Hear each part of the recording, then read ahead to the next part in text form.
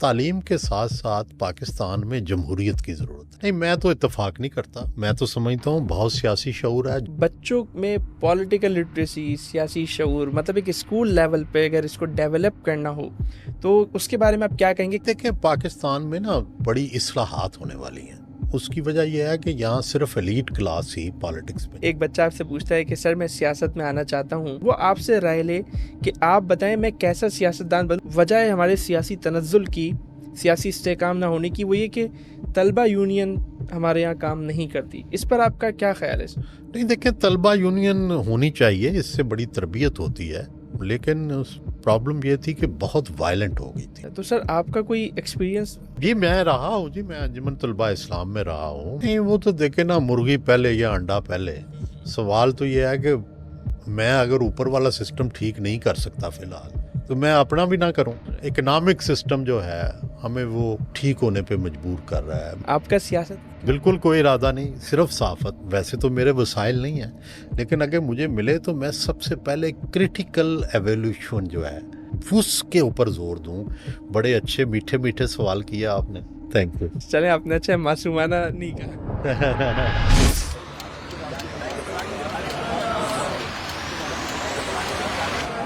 بسم اللہ الرحمن الرحیم، اللہم صلی وسلم وبارک علیہ. ڈائریکشن پوڈ کاسٹ حافظ احمد کے ساتھ ایک بار پھر آپ کو خوش آمدید کہتے ہیں شہر لاہور سے. اور آج ہیں ہمارے ساتھ ایک بہت ہی نامور شخصیت، نامور صحافی، ممتاز صحافی، جناب سہیل وڑائی صاحب. بڑی مہربانی، بہت شکریہ.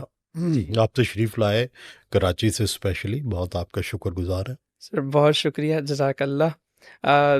سر میں آپ کو یہ بتانا چاہوں گا کہ ہم اس سفر پہ نکلے ہوئے ہیں کافی شہروں سے ہوتے ہوئے. لاہور میں آگے بھی کافی شہر ہے، تو ہم نے یہ سفر اس لیے شروع کیا کہ ہم ایک کیمپین لے کر چل رہے ہیں، لیٹس بلڈ پروڈکٹیو یوتھ.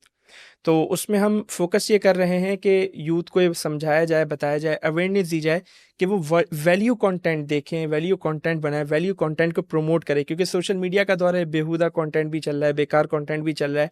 تو سر اس پر میں چاہوں گا کہ آپ سب سے پہلے اپنے خیالات کا اظہار کریں کہ اس کے بارے میں آپ کے کیا خیالات ہیں.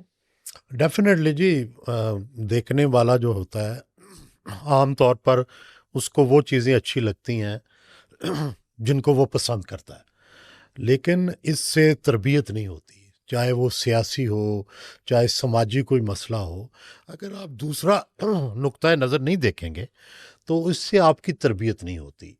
تو آپ کو بیلنسڈ ویو دیکھنے کے لیے، اپنے آپ کو بیلنسڈ کرنے کے لیے، آپ کے جو اس چیز کے جو کرٹیکل لوگ ہوتے ہیں ان کو بھی سننا چاہیے، اور ہر رائے جو ہے وہ سن کے اپنی اوپینین بنانی چاہیے.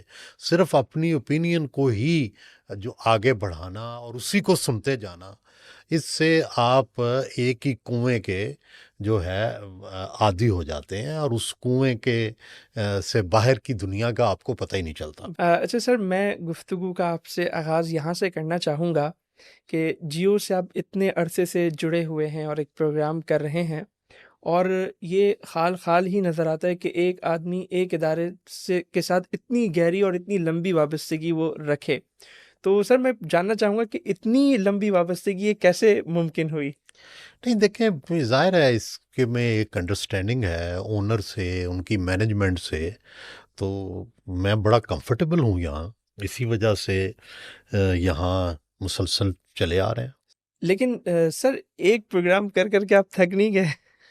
نہیں، تھکتا نہیں ہے، اس میں بڑی ڈائیورسٹی ہے. ہر دفعہ نئی جگہ، نیا شخص، نئے سوالات، نیا شعبہ، نیا ماحول، تو اس لیے نہیں تھکتے. اگر ایک ہی اسٹوڈیو ہوتا، ایک ہی بندہ ہوتا، ایک ہی طرح کے لوگ ہوتے تو شاید تھک جاتا.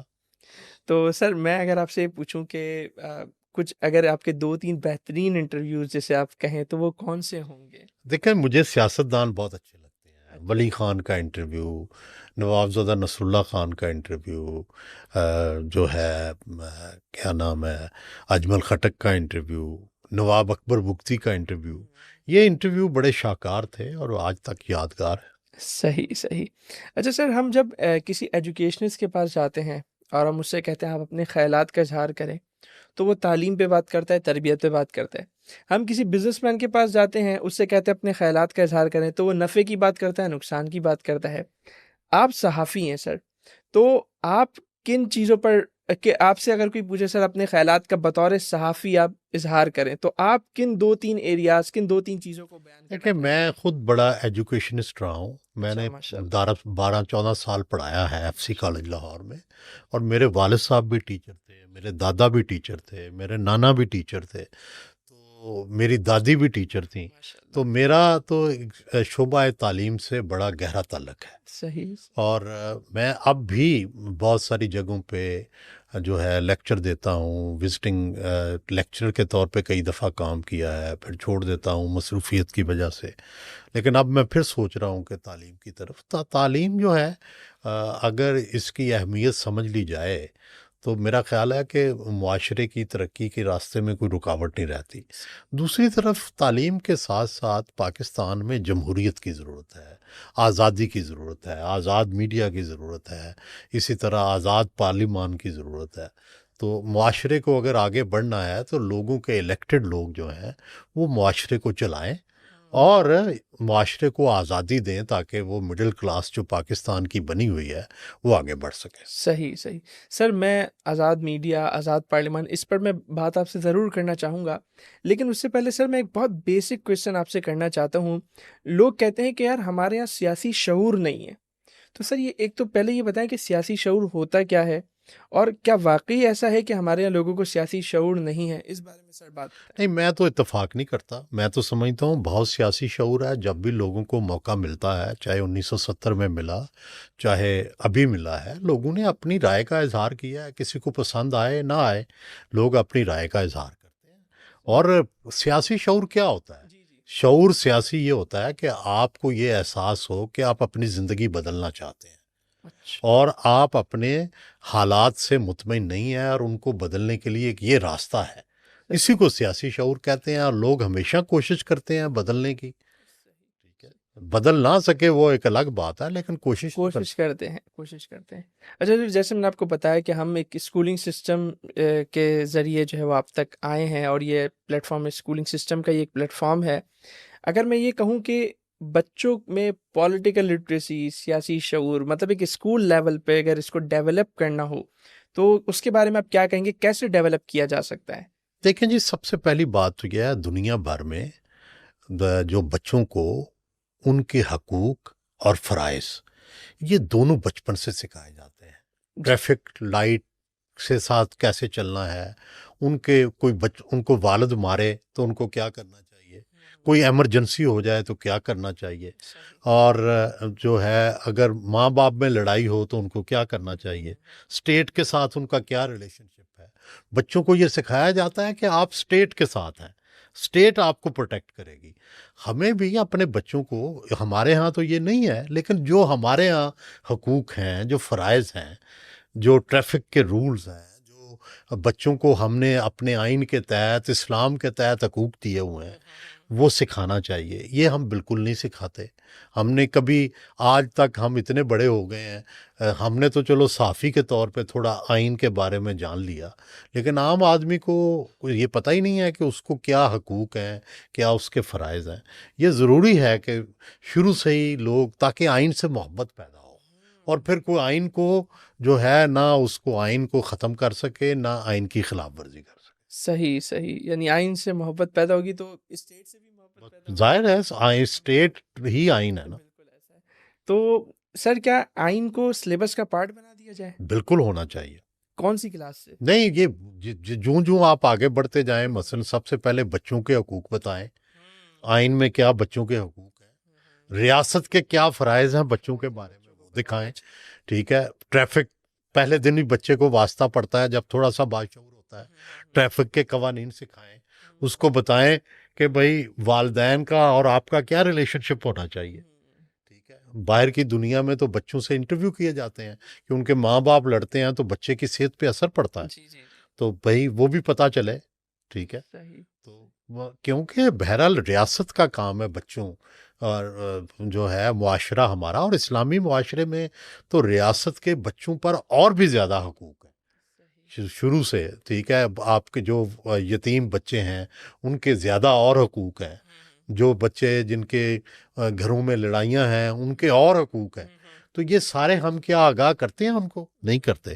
جبکہ ویسٹ کے اندر، یورپ کے اندر یہ آگاہ کیا جاتا ہے، ان کی ہیلپ کی جاتی ہے، اس کے لیے سوشل سروسز ہیں. اگر ماں باپ بچے کو لک آفٹر نہیں کر رہے یا مارتے ہیں تو اسٹیٹ لے لیتی ہے. اسٹیٹ کہتی ہے کہ یہ ایسے گھر میں ہم نہیں بچے کو رہنے دیں گے جس میں بچے کو مار پڑتی ہے، جس میں آپس میں آپ لڑتے ہیں، اس کو کھانا نہیں دیتے، اس کو اچھے کپڑے نہیں دیتے. تو یہ چیزیں جو ہیں اگر آپ سکھائیں گے اور ان کو لک آفٹر کریں گے تو یہ اچھی بات ہے. صحیح. یہ تو کوئی بات نہیں کہ اگر کوئی ظالم باپ ہے تو بچے کو اس کو رحم و کرم پہ چھوڑ دیں. جی بالکل. لیکن سر آپ نے جیسے مغرب کی مثال دی نا کہ وہاں پہ اسٹیٹ کس طرح بچوں کو پروٹیکٹ کر رہی ہے، سر آپ نہیں سمجھتے کہ وہ ایک تھوڑا سا حد سے بھی بڑے میں مطلب تھوڑا افراط کا دیکھیں وہ تو ہم اپنے معاشرے کے مطابق کریں گے نا. دیکھیں وہ تو وہاں پہ شادی کے معاملے پہ، عورت کی آزادی کے معاملے پہ، اور ہم سے کئی اختلافات ہیں، تو ہم نے تو اپنے مطابق کرنا ہے. لیکن جو ریاست نے آئین میں حقوق دیے ہیں، جو اسلام نے حقوق دیے ہیں، وہ تو دینا. صحیح ہے. بالکل. اچھا سر، بچے ہوتے ہیں نا، جب ان سے پوچھا جائے چھوٹی عمروں میں کیا بننا چاہتے ہیں، کوئی کہتا ہے پائلٹ، کوئی کہتا ہے ڈاکٹر، کوئی کہتا ہے انجینئر، اس طرح کی کوئی آواز نہیں آتی کہ میں سیاستدان بننا چاہتا ہوں. سر اس کی کیا وجہ ہو سکتی نہیں، ہے؟ اس کی وجہ بیچارے سیاستدان جیلوں میں چلے جاتے ہیں. تھوڑے دن کوئی حکومت میں رہتا ہے تو بیچارہ جیلوں میں چلا جاتا ہے، تو جیل میں جانے کو کون پریفر کرے گا؟ تو سر اگر میں آپ سے پوچھوں کہ ایک بچہ آپ سے پوچھتا ہے کہ سر میں سیاست میں آنا چاہتا ہوں اور سیاست کرنا چاہتا ہوں، سیاستدان بننا چاہتا ہوں، وہ آپ سے رائے لے کہ آپ بتائیں میں کیسا سیاستدان بنوں اور میری جرنی کس طرح ہو، اسکول لیول کا بچہ آپ سے پوچھ رہا ہے، اس کو گائیڈ کریں ذرا. نہیں، دیکھیں پاکستان میں نا بڑی اصلاحات ہونے والی ہیں. اس کی وجہ یہ ہے کہ یہاں صرف ایلیٹ کلاس ہی پالیٹکس میں جاتی ہے ایگزیکٹلی. یا جانے کا سوچتی ہے. جی مڈل بالکل ایسا کلاس کے لیے مواقع نہیں ہیں. جی تو ہمیں کوشش کرنی چاہیے کہ مڈل کلاس کے لیے مواقع ہوں اور وہ بھی کمپیٹ کریں. ٹھیک ہے، ایلیٹ بھی لڑے بے شک، لیکن مڈل کلاس کو بھی مواقع ہوں. مڈل کلاس زیادہ ہے، اگر وہ اس کے پاس ریسورسز کے بغیر آپ لڑ نہیں سکتے، اور ریسورسز ہوتے نہیں ہیں مڈل کلاس کے پاس، تو یہ ابھی ان ایکویلٹی ہے، اس کو ٹھیک ہونا چاہیے. ہاں جی. لیکن سر میں پھر وہی آپ سے پوچھنا چاہوں گا کہ کوئی بچہ آپ سے پوچھتا ہے کہ میں سیاستدان بننا چاہتا ہوں، تو آپ اسے کیا بتائیں گے کہ بیٹا تمہیں کس طرح سیاستدان بننا ہے؟ دیکھیں ایک راستہ ہے جس راستے سے پیپلز پارٹی کے کئی لوگ ایم این اے بنے، ایم پی اے بنے، نون میں بھی بنے، پی ٹی آئی میں بھی بنے. جو ورکر ہوتے ہیں پارٹیوں کے اور جو پارٹی میں بڑے ایکٹیو رول ادا کرتے ہیں، ان کو پارٹیاں ٹکٹ دیتی ہیں، وزیر بھی بناتی ہیں، ان کو آگے بھی بڑھاتی ہیں، لیکن کم ہے، زیادہ ہونا چاہیے. آپ اگر برطانیہ کی پارلیمنٹ دیکھیں تو وہاں زیادہ مڈل کلاس ہے، ڈرائیور ہیں، جو ہے اس لیول کے لوگ ہیں، اور امیر آدمی کو دو چار آپ کو نظر آتے ہیں. وہاں پارلیمنٹ مڈل کلاس چلاتی ہے. صحیح ایسا ہے. اچھا سر، جب بھی ہم سیاست کی بات کرتے ہیں، بالخصوص پاکستان کا جو سیاسی منظرنامہ ہے، جس بری صورتحال سے وہ گزر رہا ہے، تو کہا جاتا ہے کہ اس میں بہت بڑا جو کردار ہے، اس کی جو بہت بڑی وجہ ہے ہمارے سیاسی تنزل کی، سیاسی استحکام نہ ہونے کی، وہ یہ کہ طلبہ یونین ہمارے یہاں کام نہیں کرتی. اس پر آپ کا کیا خیال ہے سر؟ نہیں، دیکھیں طلبہ یونین ہونی چاہیے، اس سے بڑی تربیت ہوتی ہے، لیکن پرابلم یہ تھی کہ بہت وائلنٹ ہو گئی تھی. اتنا تشدد ہو گیا تھا طلبہ یونین کا. آپ کراچی یونیورسٹی دیکھیں، پنجاب یونیورسٹی دیکھیں، قتل ہو رہے تھے، فائرنگ ہوتی تھی، لڑائیاں ہوتی تھی. تو پہلے اس کا سلوشن ڈھونڈا جائے کہ یہ کس طرح سے یہ وائلنس جو ہے یہ نکالنی ہے. یہ وائلنس نکال کے تو ضرور ہونا چاہیے، لیکن اگر وائلنس کے ساتھ ہو تو پھر وہ جو ہے، ہم نے خود پڑھا ہے یونیورسٹی میں، وہ اس وقت کے حالات بہت خراب تھے، بہت ڈر لگتا تھا، روز یونیورسٹی بند ہو جاتی تھی، ٹھیک ہے، فائرنگ ہو جاتی تھی، مظاہرے ہوتے تھے. تو وہ اس سے بچ کے کس طرح سے ہم چلا سکتے ہیں، اس کا سوچنا چاہیے. یعنی میں یہ سمجھ پا رہا ہوں کہ اس وقت کا جو فیصلہ تھا طلبہ یونین کو بین کرنے کا، کیا وہ درست؟ اس سے کم از کم امن تو ہوا، بندے مرنے تو بند ہو گئے، لیکن ظاہر ہے لیڈرشپ بھی بند ہو گئی. لیکن سوال ہے کہ جب تک اس کا سلوشن نہیں نکالا جاتا، یہ سیاسی پارٹیاں اگر اس طرح سے وہاں پہ وائلنس کریں گی تو پھر اس سے تو تعلیم کا بھی حرج ہوتا ہے، اور اس کے قوم کے بچے جو ہیں وہ تباہ ہوتے ہیں. بالکل ایسا ہے. تو سر آپ کا کوئی ایکسپیرینس رہا ہے طلبہ یونین میں؟ جی میں رہا ہوں، جی میں انجمن طلبہ اسلام میں رہا ہوں، میں جو ہے ایکٹیو رول رہا. لیکن پھر وقت کے ساتھ ساتھ یہ میں ایف اے تک زیادہ ایکٹیو رہا. اچھا پھر اس کے بعد بی اے اور ایم اے میں زیادہ ایکٹیو نہیں رہا یہاں، کیونکہ جمعیت کا زیادہ رول تھا پنجاب یونیورسٹی صحیح میں، صحیح صحیح اور کوئی مخالفت بھی اس زمانے میں برداشت نہیں کی جاتی تھی. تو ایسے دور میں کسی نے کیا آزادانہ سیاست کرنی تھی. ٹھیک ہے. تو میں اگر تھوڑا آپ سے ایکسپیرینس وہ پوچھوں تو کیسا وہ آپ کا ایکسپیرینس رہا تھا؟ نہیں دیکھیں، وہ جذباتی اسی عمر ہوتی ہے. ٹھیک ہے. وہ جتنی دیر تک اس سے تربیت تو ہوئی کہ لوگوں سے کیسے انٹریکٹ کرنا ہے، لوگوں سے کیسے بات کرنی ہے، کیسے کنونس کرنا ہے. لیکن اس سے زیادہ، اور دوسرا یہ ہے کہ سیاست کے بارے میں ایکسپوجر ہو گیا کہ آپ پڑھتے ہیں، وہ چیزیں دیکھتے ہیں، تو سیاسی شعور اس سے بڑا بہتر ہوا. ہونا چاہیے. جی. اچھا سر، ابھی جیسے ہم دیکھ رہے ہیں سوشل میڈیا کی وجہ سے بھی اویئرنیس کافی آئی ہے، اور آپ خود یہ بات ذکر کر چکے ہیں کہ سیاسی شعور لوگوں میں آیا ہے، اور امن و امان کی صورتحال بھی جو ہے نا وہ کافی حد تک بہتر ہو چکی ہے. تو کیا اب کیا وقت آ چکا ہے کہ طلبہ یونین کو جو ہے نا وہ پھر سے اس کو لانچ کیا جائے، پھر سے اس کی اجازت دی جائے؟ نہیں، لیکن یہ پہلے رولز آف دی گیم طے ہوں. یہ نہ ہو کہ پھر وہی وائلنس آ جائے، کلاشن کوفوں پہ سیاست ہو. یہ نہیں ٹھیک. اس سے جو ہے یہ اس کو ضرور ہونا چاہیے طلبہ یونین کا، لیکن پہلے یہ ہے کہ یہ طے ہو کہ بھائی وائلنس نہیں ہوگی. جہاں جو وائلنس ہوگی بس وہ ناقابل قبول ہے. اچھا سر، ویسے اپنی سمجھنے کے لیے اگر میں آپ سے یہ پوچھوں کہ طلبہ یونین نے وائلنس کریٹ کیا تو ان پہ بین لگ گیا، ہماری سیاسی جماعتیں بھی تو وائلنس کریٹ نہیں کرنے میں ان کا بھی تو جو بھی وائلنس کی طرف جاتا ہے الٹیمیٹلی اس کو نقصان ہی پہنچتا ہے. ہم نے دیکھا ایم کیو ایم تھی، وائلنس کی طرف گئے، کیا ہوا؟ بلوچستان میں لوگ وائلنس کی طرف گئے، کیا ہوا؟ تو وائلنس سے کبھی بھی پالیٹکس نہیں ہوتی. پالیٹکس اور وائلنس کے درمیان ایک آہنی دیوار ہونی چاہیے. جہاں بھی آپ یہ غلطی کرتے ہیں وہ تو فوج کا یا لا انفورسنگ ایجنسیز کی ڈومین ہے. بالکل بالکل ایسا ہے. اچھا سر، اب جیسے ہم بات کرتے ہیں یونیورسٹیز کی، اپنے تعلیمی اداروں کی، تو ظاہر سی بات ہے ایم بی بی ایس کا شعبہ ہے، وہاں سے ڈاکٹر پروڈیوس ہو رہے ہیں. انجینئرنگ کا شعبہ ہے، وہاں سے انجینئرز نکل رہے ہیں. کامرس کی ایک پوری ایک انڈسٹری ہے، وہاں سے جو ہے نا وہ اکاؤنٹنٹس اور یہ سارے لوگ پروڈیوس ہو رہے ہیں. اب پولیٹیکل سائنس کی اگر ہم بات کریں، پولیٹیکل سائنس ایک شعبہ ہمارے یہاں ہے تو صحیح، لیکن آپ کیا سمجھتے ہیں کہ کیا واقعی وہ ہمارے یہاں جو شعبہ جس طرح وہ ورک کر رہا ہے، کیا وہ واقعی ایک اچھا سیاستدان پیدا کرنے کی صلاحیت رکھ رہا ہے؟ کیا آپ اس بارے میں کہنا چاہیں گے؟ نہیں دیکھیں، پولیٹیکل سائنس سے تو صرف سیاستدان نہیں بنتے، لا سے بھی آتے ہیں، فلاسفی سے بھی آتے ہیں. بھٹو صاحب جو تھے وہ انہوں نے لا پڑھا ہوا تھا. جی جی. بے نظیر بھٹو نے بھی جو ہے وہ مختلف ڈگریاں کی، بلاول نے بھی کی. اس طرح عمران خان صاحب جو تھے یہ بھی کوئی پولیٹیکل سائنس پڑھ کے تو نہیں آئے. اور اسی طرح نواز شریف جو ہے انہوں نے بھی لا کیا تھا.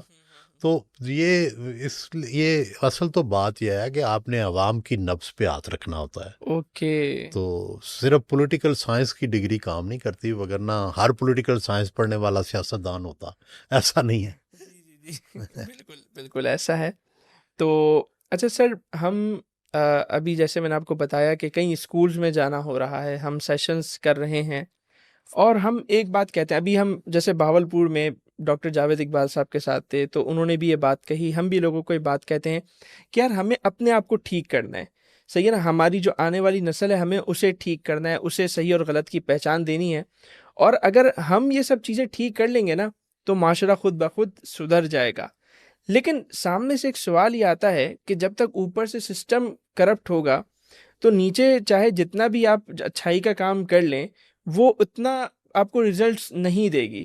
تو سر اس بارے میں آپ کا کیا خیال ہے؟ نہیں، وہ تو دیکھیں نا، مرغی پہلے یا انڈا پہلے. سوال تو یہ ہے کہ میں اگر اوپر والا سسٹم ٹھیک نہیں کر سکتا فی الحال تو میں اپنا بھی نہ کروں. اپنا تو کرنا ہے، جو میں کر سکتا ہوں وہ کروں، جو نہیں ہوتا اس کے لیے کوشش کروں. بس یہی دنیا میں یہ تو نہیں ہے نا کہ بھئی آپ جا کے پہاڑوں کو جو ہے گرانا شروع کر دیں. آپ کا جو کام آپ کے ارد گرد ہے پہلے وہ کریں، پھر اگلا کام کریں. تو سر ویسے مطلب ہمارے یہاں جب ہم اپنی بات کرتے ہیں ہم سسٹم کی، آپ ماشاءاللہ ایک گہری نظر رکھتے ہیں، سارا اپنے ماضی بھی دیکھا، یقیناً مستقبل میں بھی کہیں نہ کہیں آپ کی ایک اپنا ایک اندازہ تو ہوگا، اپنا ایک آپ کا آئیڈیا تو ہوگا. تو کیا دیکھتے ہیں کہ سسٹم ہمارا اوپر کا جو سسٹم ہے اسے تبدیل ہونے میں کتنا ٹائم لگے گا؟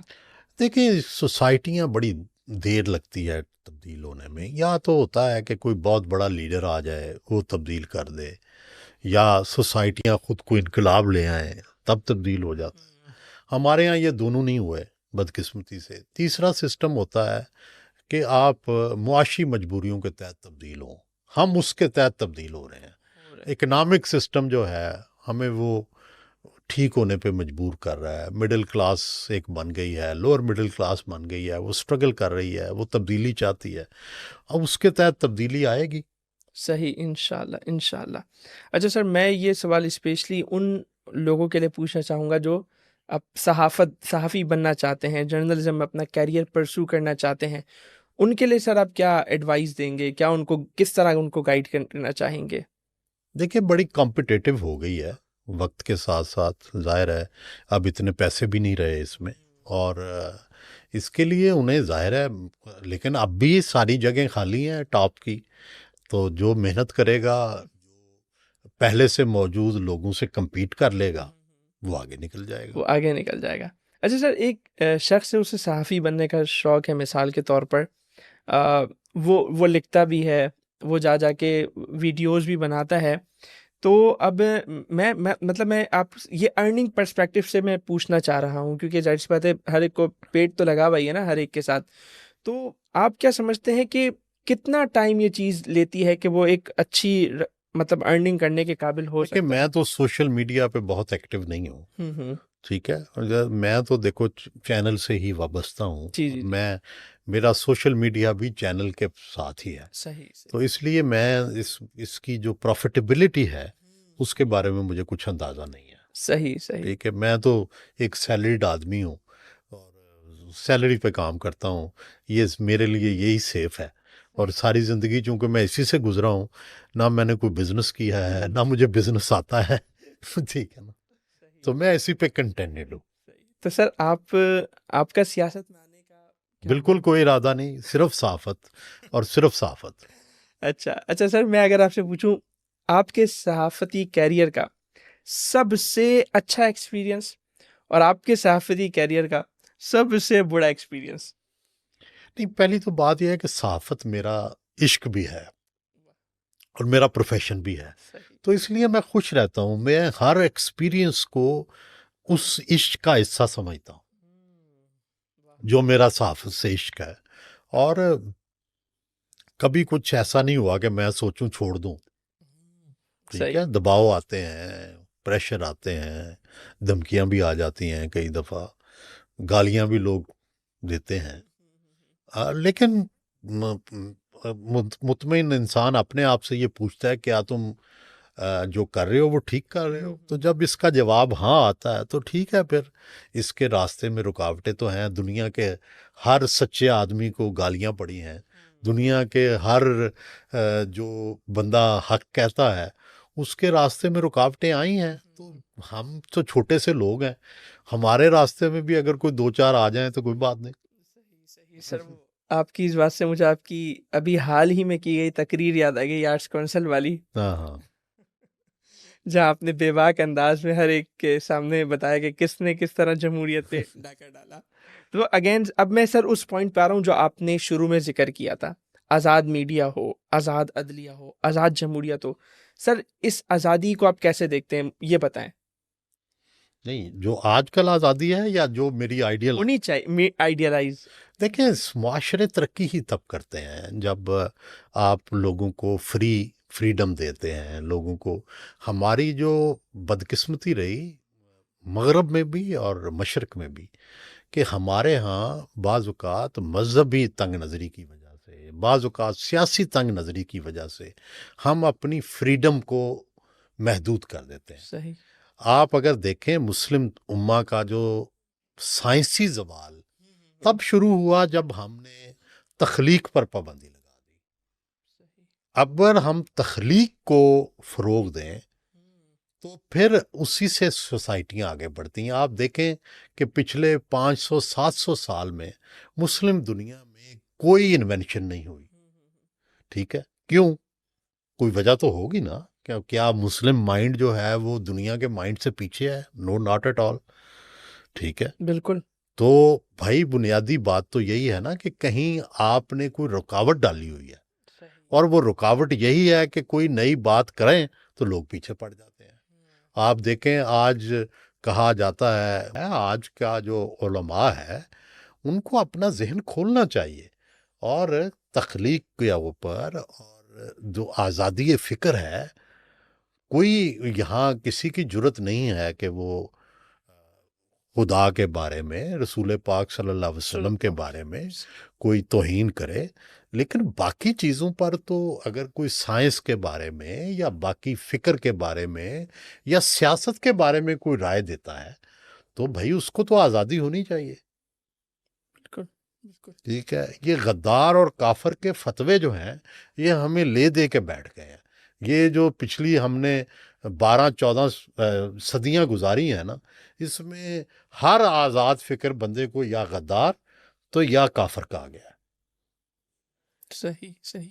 تو اب کیا آپ دیکھ رہے ہیں ماحول تبدیل؟ نہیں دیکھیں، اب تو دیکھیں آج کل کی جو اب جو ہمارا ایک تو یہ ہے کہ علماء نے دوسری چیزیں پڑھنی شروع کی ہیں، انگریزی پڑھنی شروع کی ہے، سائنس پڑھنی شروع کی ہے، اور ان کے ذہن جو ہے وہ کھل رہے ہیں. اور یہ اچھی چیز ہے کہ اگر آپ پہلے جو تھے علماء ہی سائنسدان ہوتے تھے. آپ دیکھیں نا کہ پہلے جو مدرسے تھے ان کے اندر سے ہی سائنسدان پیدا ہوتے تھے، ان کے وہی رصد گاہیں بڑھاتے تھے. آج کون سے مدرسے میں رصد گاہ ہے جی؟ کون سا مدرسہ ہے جس نے کوئی کیمیا کا ابن حیان پیدا کیا ہے؟ تو کہیں پرابلم تو ہے نا، یہ مانے نا.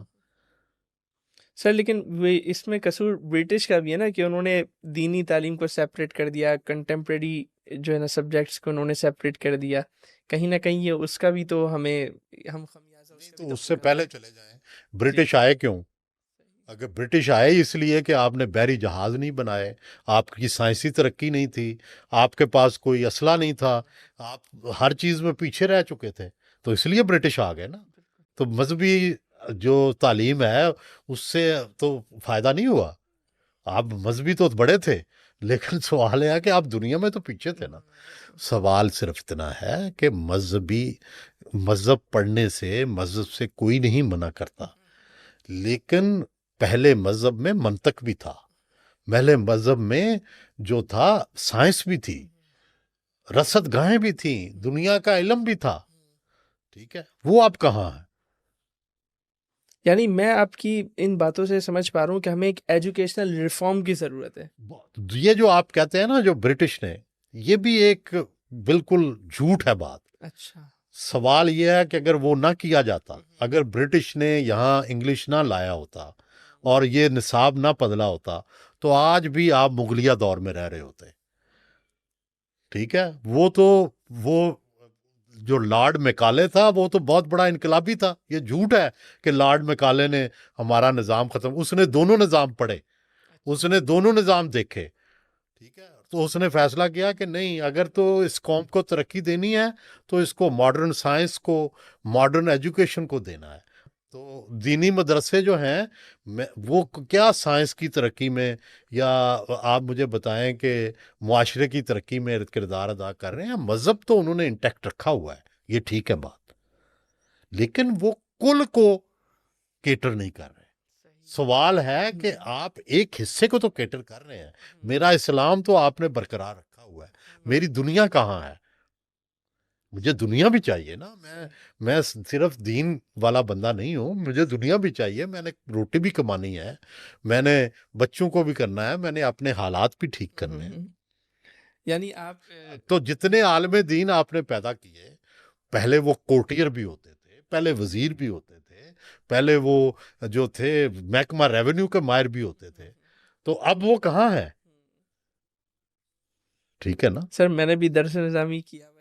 نہیں یہ تو میں ویسے ویسے آپ کو بتا رہا ہوں کہ نہیں، مجھے پتا ہے دعوت اسلامی ساتھ جب آپ نے حوالہ دیا تو مجھے سمجھ آ گئی تھی، لیکن میں خود بڑا متاثر ہوں اپنے اس مکتب فکر سے اور صوفیاء کے مکتب فکر سے. لیکن جو خامیاں ہیں وہ بھی تو بیان کرنی ہے. بالکل بالکل. اچھا سر، میں آپ سے یہ پوچھنا چاہ رہا تھا کہ آپ جو ساری باتیں کر رہے ہیں اس سے سمجھ آ رہا ہے کہ ہمیں ایک ایجوکیشن ریفارم کی ضرورت ہے، اور آپ اور نے خاص کر دینی جی مدارس میں. دینی مدارس میں، اور آپ نے جیسے اور ذکر جب کیا. تک آپ دینی لوگوں کو دنیاوی تعلیم نہیں دیں گے ہم، یہ مسئلہ حل نہیں ہوگا. صحیح صحیح.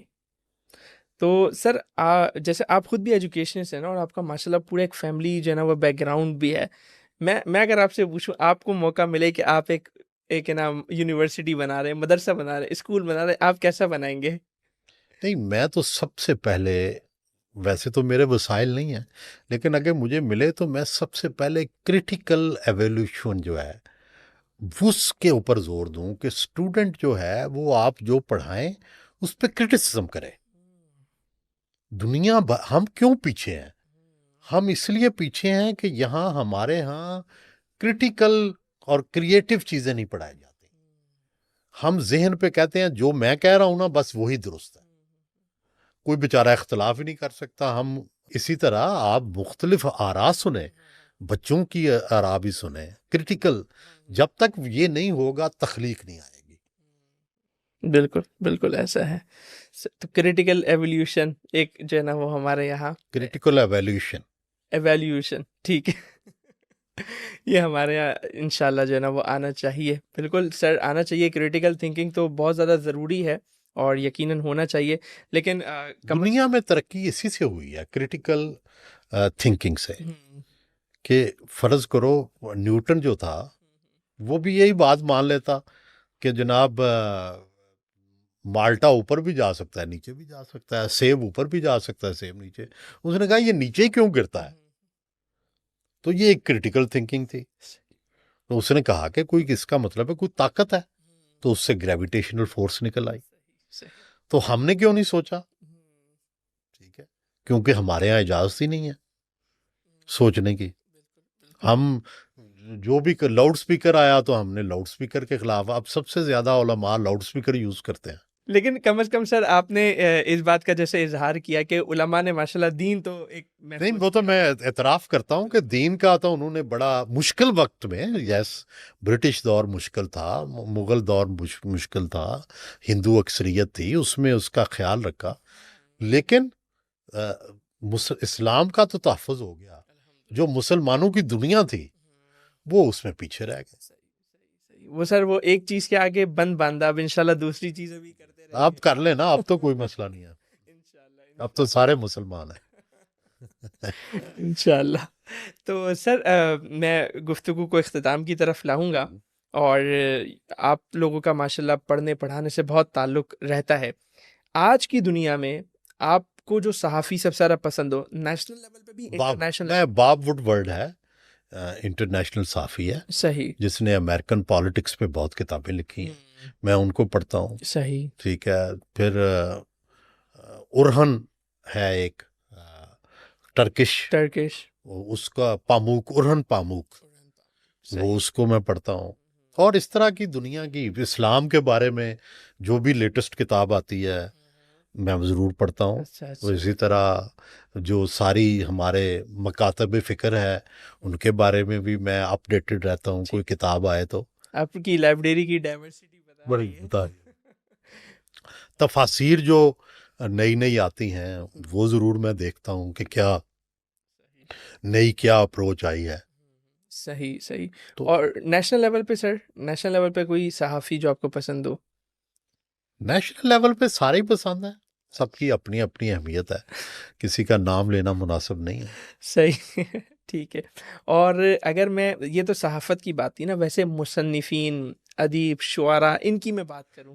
دیکھیں اقبال ہیں، فیض ہیں، غالب ہیں، مومن ہیں، میں پھر منیر نیازی اور احمد فراز، ان کو میں نے بہت پڑھا ہے. صحیح. تو شاعری میں یہ ہے. اور جو باقی تاریخ ہے وہ مختلف کتابیں پسند آتی رہتی ہیں.